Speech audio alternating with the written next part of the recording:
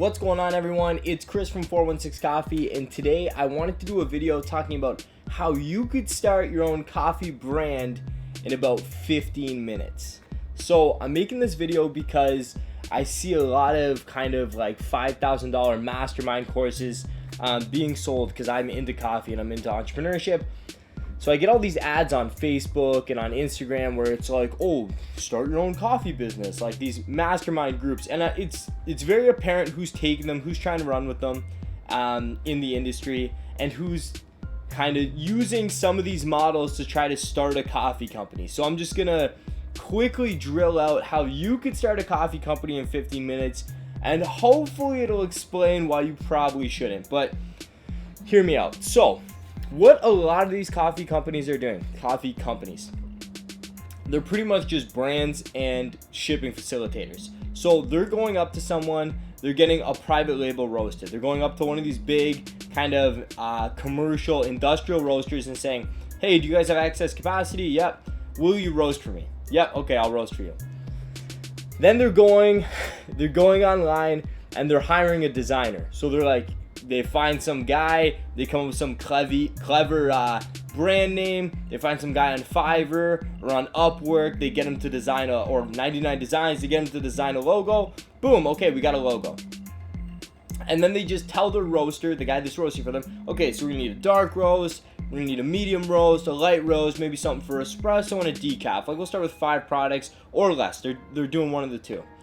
Then if they're going super serious, they'll call up somewhere like on Alibaba or from India, or they'll find some packaging manufacturer, regardless of where they're finding them, and they'll get custom printed bags, or they'll just get generic bags and slap stickers on there. They'll make stickers of like their 5 product lines, slap them on the bag. Okay, so now we got our product. So then what they do is they make a Shopify website, right? Boom, get the Shopify coder, make the website, put all the products on the website. So we got the Shopify site. It's ready to go. We got all of our products there. Now we're gonna run Facebook and Instagram ads, and then we're gonna get some traffic. Okay, so we start getting some traffic. Maybe we're selling some bags actually.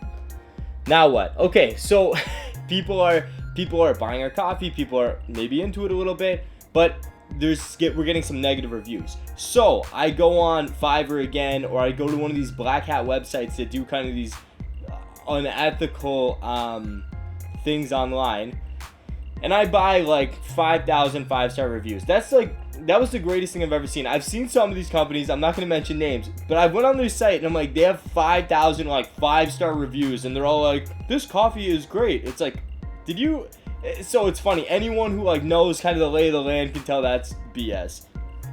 So then that's what they do. And this is how these people are kind of manufacturing out of nowhere. Like, this coffee company just pops up when, sourcing coffee's hard.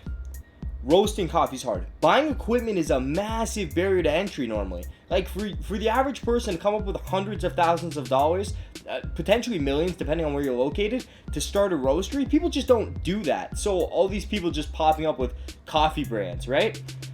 So what I'd say is, if you're a consumer and you're buying coffee, I'd make sure that whoever's you're buying the coffee from is actually roasting the coffee, so that there's some sort of like quality control, so that they actually care. Because if you're like a big commercial roaster and you're roasting for this guy and that guy and this guy, you're buying probably like commercial quality Arabica, Brazil, Colombia, like very easy, cheap coffees you can buy in the market. You're roasting them 3 different ways, and you're shipping them all out to these guys, and these guys are just bagging them and shipping to you, and they think they're these master like internet marketers, like they have this branding play.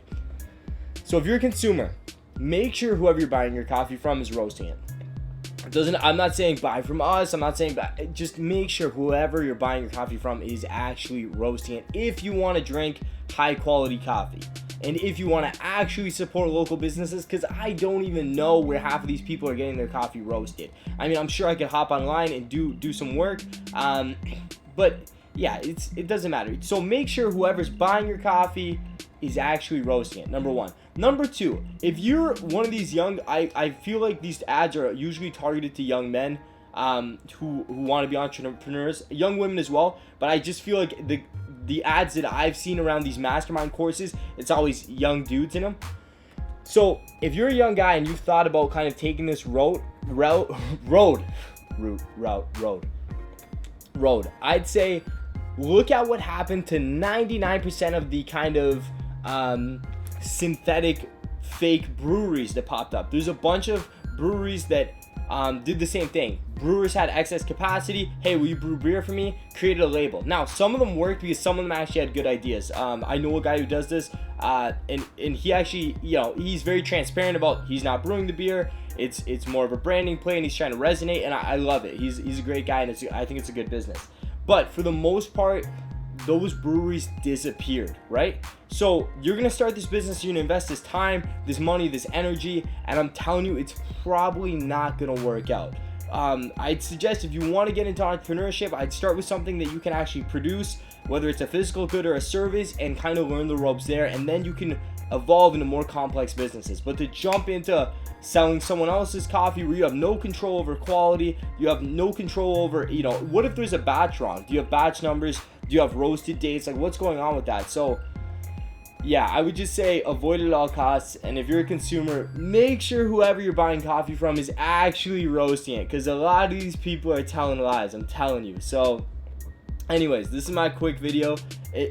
There you go. Don't pay for the $5,000 mastermind. I just gave you the whole playbook on how to start a coffee company in 15 minutes. So anyways, not usually what I talk about, but I felt like it needed to be addressed. So thank you so much for watching, and I'll see you next time.